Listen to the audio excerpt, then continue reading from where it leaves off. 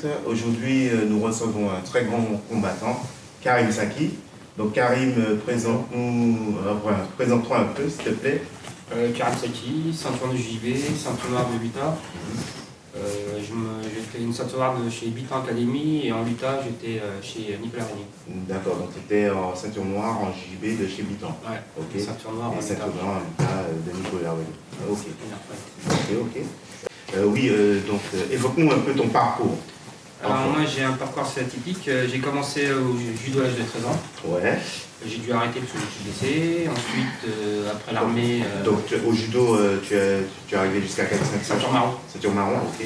Après l'armée, j'ai repris le sport de combat. Donc j'ai repris le judo traditionnel chez Pariset. Pariset, ouais. Éric Pariset. Éric Pariset, ouais. sur Paris. En même temps, je faisais du judo. J'ai repris le judo avec un judoka qui s'appelle Hermeline. Donc j'ai continué le judo assez longtemps parce que j'étais au Stade Français. Stade Français. C'est un gros club de judo. Ah ouais. C'est pas un truc de rugby ça? Non, il y a aussi un club de judo. D'accord, ok. Et donc après bon, en même temps, pareillement, j'ai fait du kempo. Ouais. Avec qui? C'était avec Ali Mobi. Ali Mobi, ouais. Un petit peu. Et ensuite après j'ai. Donc au kempo, tu es arrivé jusqu'à quelle ceinture? Marron. Marron, ah ouais. Marron. C'est dommage de. Ouais, bah en fait continué. après, ouais. c'est mal passé. Ah ouais, d'accord. Ensuite après, qu'est-ce que j'ai fait? Après j'ai fait. Donc après là où en 2000 j'ai commencé le JB avec Bitan Academy. Bitan Academy. Ok. Donc tu as commencé, tu as fini avec Patrick. Okay. Ouais, Patrick. Et là je m'entraîne chez Hatch parce que je suis coach chez Hatch. Tu es coach, oui. Donc c'est toi qui donnes les cours de grappe? Ouais, je donne certains cours de grappe à certains compétiteurs et je donne des cours aussi j'aide aussi à Urban Team, à Hakim Aïtouaré. Ah oui, tout à fait. Je m'entraîne ici là-bas. D'accord. Et là, chez Hakim, tu donnes des cours de... Quand je dépanne. D'accord. Cours de grappling et cours de JB. D'accord, ok. Et au niveau de ton palmarès, tu peux nous parler de ton palmarès? Quand tu m'as dit, j'ai regardé, donc je suis à 121 podiums. 121 podiums? 121 podiums? 121 podiums en 15 ans. Ah ouais. Donc tu en as fait des combats? Ouais, j'en ai fait, j'ai gagné 3 fois de la gare, j'ai fait 2 fois champion d'Europe en adulte, en kimono et en rap. Ouais. J'ai fait 5 fois champion du monde en vétéran, en kimono et en rap, 8 champions du monde, j'ai gagné 5 compètes. Ok, donc très grand champion, hein. Ah si, quand même, hein. Ok. Et donc dans toute ta carrière, quel combattant as-tu préféré combattre? En fait, il y en a deux. Il y a Renato Tavares, c'était en demi-finale du championnat du monde en kimono. Non, c'est au Brésilien? Ouais, il était ceinture noire en 4e dan jiu-jitsu brésilien. Ah oui. Je perds 5-3 contre lui. Ah oui. Et j'étais ceinture marron, j'étais vraiment content. Et je crois que c'était la seule personne qui l'a pas finalisé. D'accord. Mais j'ai vu la différence qu'il y avait. J'ai vraiment vu la différence. Ouais. Vraiment très fort. Et un des combattants que j'ai bien aimé combattre, c'est Fabien Rochelaine. Fabien Rochelaine. Ouais, parce que c'est quelqu'un de Luta. Pareil, de chez Flavio aussi. Chez Flavio, ouais, il est assez vif. J'aime bien son jeu. C'est un jeu que j'ai toujours apprécié. Et ouais, j'ai trouvé ça très bien. J'ai combattu 2 fois contre lui. Okay. Les 2 fois j'ai gagné, j'ai eu de la chance. Mais c'était des combats que j'ai vraiment préféré. Ok. Après, il y a des combats que j'ai perdus. Laurent Speedy, j'ai bien combattu contre Speedy, j'ai bien combattu. Naïev aussi. Ouais, donc c'est des combats qui ont été les plus durs pour toi. Ouais, les plus durs. Ok, très bien. Donc oui, et ton combattant, enfin, je ne veux pas dire que tu as eu peur de combattre, mais où tu as eu l'appréhension. En fait, quand j'ai commencé, les combattants ceux que j'aurais bien voulu combattre, c'est toi déjà. Ouais. Parce que quand la première fois que je t'ai vu, je t'avais déjà vu quand tu faisais du Kenpo déjà. Oui. On a fait combattre une fois en Kenpo, mais ça s'est pas fait. Après, c'était à quelle occasion? C'était au tournoi de Kenpo qu'ils faisaient avec le Mondi. Et ça s'est pas fait. On a quand même 4 victoires. Donc il y a toi, il y a Dao, que j'ai jamais combattu, j'aurais toujours vu combattre, parce que j'ai toujours vu, je l'ai vu combattre à l'Open de Paris la première fois, j'étais impressionné, donc c'est vrai.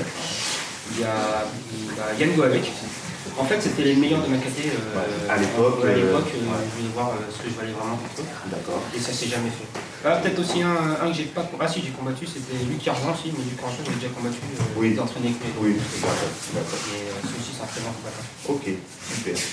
Donc, si tu peux nous montrer un peu ton jeu, ta façon de voir la lutte à livrer ou Nogi. Voilà. Donc, alors moi, je suis quelqu'un qui est jamais très doué avec les points, donc j'ai toujours eu l'habitude d'essayer de finaliser. Donc ancienne école, on vise la soumission. Ouais, donc je suis pas un épicier, donc moi les points ça m'intéresse pas. D'accord. C'est gagner par la soumission. Essayer de gagner par la soumission. Si c'est pas possible, il y a les points après, mais on favorise la soumission. Très bien. Okay. Alors moi ce que j'aime bien faire, c'est tout ce qui est clé de coude et clé de bras. Clé de coude et clé de bras. Ouais, surtout. D'accord. Une que j'aime bien faire, c'était peut-être au sol. Alors quand je suis dans la garde, la première c'est la plus simple, enfin pour moi, c'est vraiment essayer de travailler sur le bras, c'est me décaler ici pour essayer qu'il essaie de me repousser avec un bras. Celui-là pour celui-là. Comme ça. Si c'est celui-là, monter le genou, rattraper son bras en dessous, décaler ma hanche, et en fait là je tourne sa hanche ici, mon bras ici, et là je fais sans volonté, j'essaie de me rattraper, je pousse un coup de genou, je brise son coude, je descends, je tire. L'avantage de ces clés, c'est que même les gens qui ont des très gros bras, ça ne travaille pas sur le muscle, on travaille surtout sur le ligament, et c'est là où ça peut être mal. Sur l'articulation. Ensuite, la deuxième, ce que j'aime bien faire, c'est toujours pareil, c'est tirer son bras pour l'obliger à poser les mains au sol. Dès qu'il pose les mains au sol, décale, pose, hanche. Et action avec les genoux, contre la montée.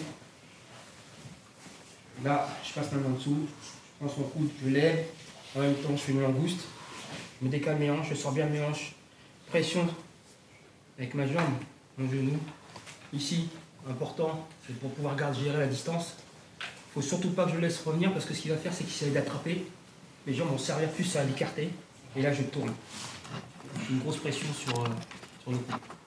Pour être plus méchant, je peux mettre aussi, je peux rajouter le bras et la jambe en même temps. Et là, c'est encore plus de puissance. Ensuite, il y a des petits coups. Je ne dis pas que c'est des coups, mais c'est pas mal. Par exemple, ceux qui aiment bien mettre les mains sur les hanches ici pour vous bloquer, ce que j'aime bien faire, c'est décaler, attraper ici, pareil, tirer.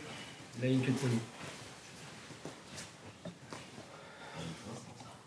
Ici, pareil, je me décale un tout petit peu. Je sécurise, j'attrape au niveau du biceps. Mon genou sert à bloquer le coude pour pas que ça sorte. Là, j'ai une queue de poignet. Et la dernière que je fais moins maintenant parce que j'ai plus le grip passé.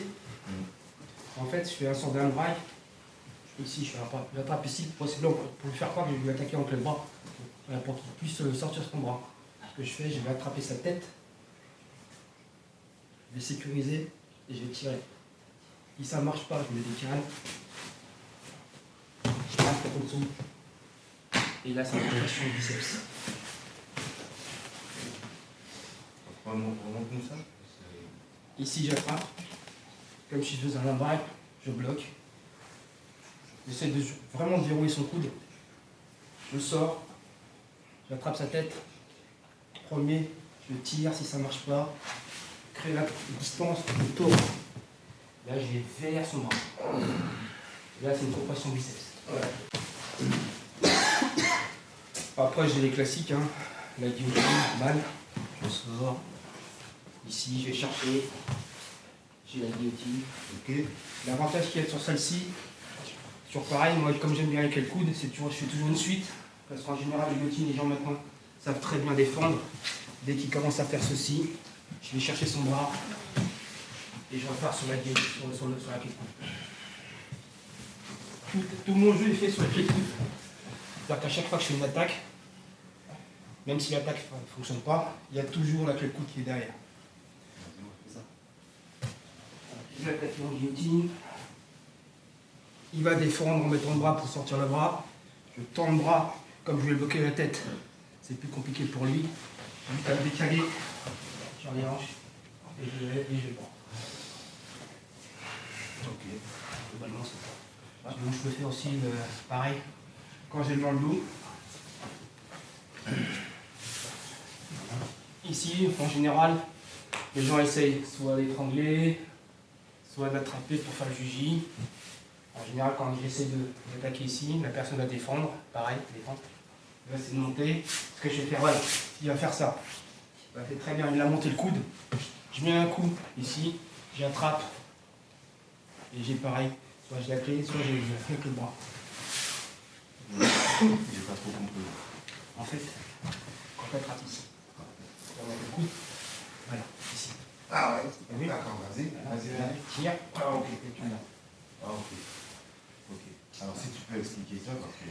Alors, En fait, déjà, moi ça me fait mal là. à l'épaule, ouais. Verrouille. Donc Pour là, les choses, ouais, il va essayer là, je défends. défend, il va monter le coude. Ok. Là, il a moins de force sur le coude. Donc je vais lever le coude, je vais passer ma main derrière sa tête. D'accord. Donc là, le bras en hyper extension. Ouais. Soit je tire comme ceci, Ouais. soit je tire comme ceci. Ouais. Ok.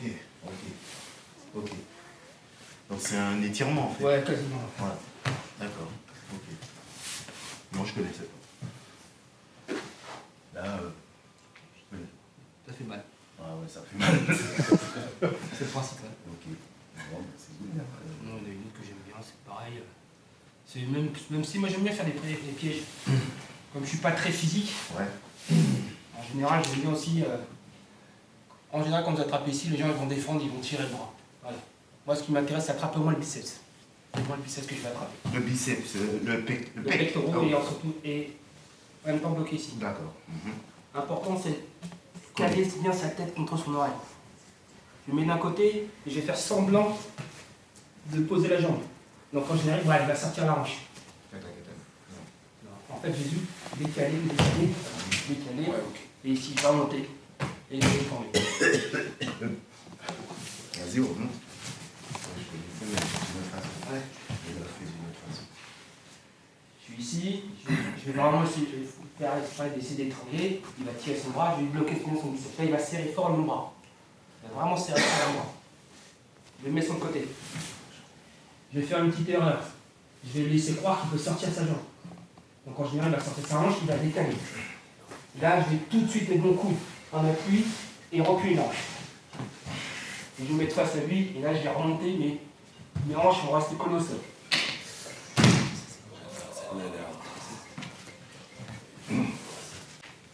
Ok Karim, merci beaucoup Merci pour à toi. cette vision, pour nous avoir présenté ton parcours. Et vous pouvez retrouver donc Karim à la H Academy, ok, et aussi à l'Urban Team avec Hakim White. Voilà. Ben, merci beaucoup Karim, merci à toi. Merci et puis à la prochaine. À la prochaine. Ok.